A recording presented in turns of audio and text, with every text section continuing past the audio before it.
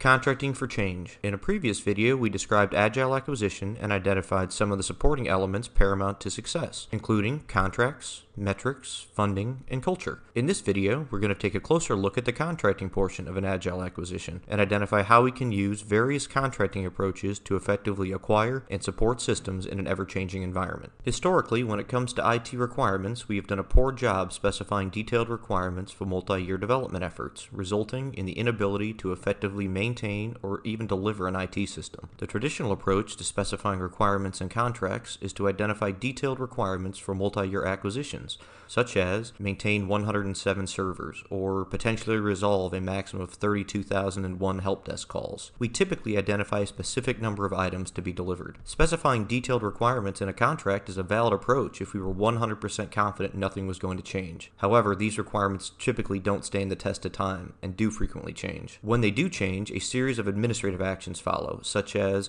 additional funding requests, contract negotiations, which ultimately result in a bilateral contract modification. However, these administrative actions can take weeks, months, or even longer to complete. They not only increase program costs and cause schedule delays, they also divert program resources from effectively managing the program to assisting with these administrative actions. These delays leave the end user waiting for capability that they hope is at an acceptable level of quality and not obsolete by the time it's delivered. Specifying detailed requirements months or even years in advance may be effective if we can account for all the variables that cause requirements changes. The most common variable we consider in an IT acquisition are changes to technology. However, there are other changes that can impact our requirements, such as changes in funding, changes in user needs, regulatory or policy updates, a change in the strategic direction of your organization, or even an organizational restructuring. A change to any one of these areas may result in a change to our requirements. More importantly, these unknowns are outside of our control, and a change in only one variable, such as funding, will likely have a cascading effect on the remaining requirements throughout the life of the contract. So how far in advance do you believe we can accurately specify detailed requirements? 2 months? 6 months? 12 months? Maybe even 24 months. But it's challenging, if not impossible, to specify detailed requirements for long durations. And as time progresses, the more likely one of these variables will change. One approach to combat changing requirements is the use of one or more contracts to acquire information technology systems in successive, interoperable increments, also called modular contracting. A benefit of modular contracting is that it mitigates the risk of changing requirements by breaking up large, complex procurements into multiple, tightly scoped projects. Planning for a 3-month or 6-month effort decreases the likelihood of requirements changes when compared to planning for a 1-year effort. Modular contracting allows you to craft procurements that set out expectations for segments of work rather than attempt to predict every contingency that could happen over the life of a program. These short successive contracts don't come without their challenges. For example, it may be difficult to bring in talent for such a short duration. Also, at every increment, there's a potential for a new vendor, which may result in additional funds for contract transition and the potential loss of key personnel, making it challenging to retain the tacit knowledge that may be paramount to a program's success. There is also a large amount of time consumed in the acquisition process between increments and uncertainties between contracting actions, such as contract protests, which may result in additional program delays.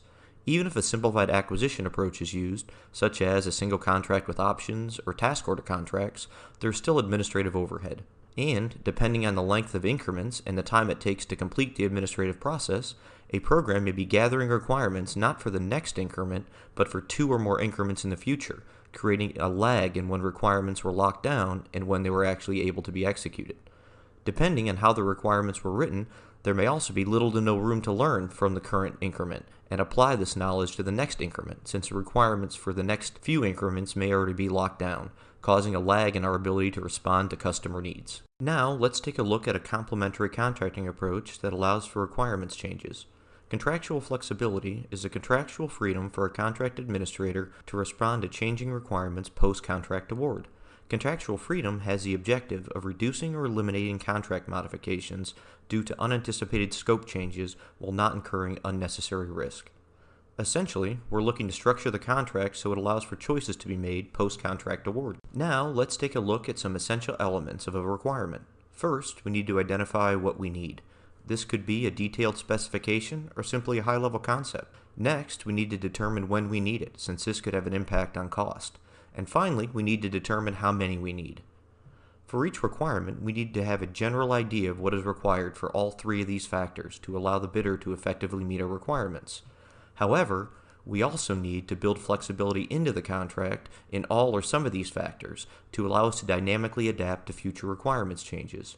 For example, instead of specifying detailed requirements, we can specify outcomes. Or, instead of using specific dates, we can tie deliveries to when a specific set of capabilities are completed. Or, instead of identifying specific quantities, we can use quantity ranges to allow for the exact quantities to be determined post-contract award. By building requirements flexibility into the contract, we can better adapt to future changes, allowing us to continually deliver value to the customer, whatever that future value may be. Incorporating contractual flexibility requires a change in the way we traditionally structure and execute contracts. Conventionally, when we were requiring a capability, the contract contains detailed requirements, making the contract the primary means to measure success during program execution. The contract was a strong mechanism for controlling an acquisition. However, we found too much control at the contractual level has the counter effect on program outcomes, potentially increasing program cost and causing schedule delays. Contractual flexibility requires we empower qualified individuals at the tactical level to work with the vendor and make changes during program execution. This delegation of control requires an increase in government involvement during program execution and real-time metrics and processes that allow individuals to make informed decisions to continually align the program outcomes with the user expectation. This video only introduced the concept of using contractual flexibility to allow a program the contractual freedom to adapt to an ever-changing environment post-contract award. There are various approaches programs have used to increase the contractual flexibility in their acquisitions. To take a closer look at some of these approaches, such as the capacity-based approach or the complexity level approach, please take a look at the associated videos referenced below. If you have any questions or comments, please feel free to email me at emailmatthewkennedy@gmail.com.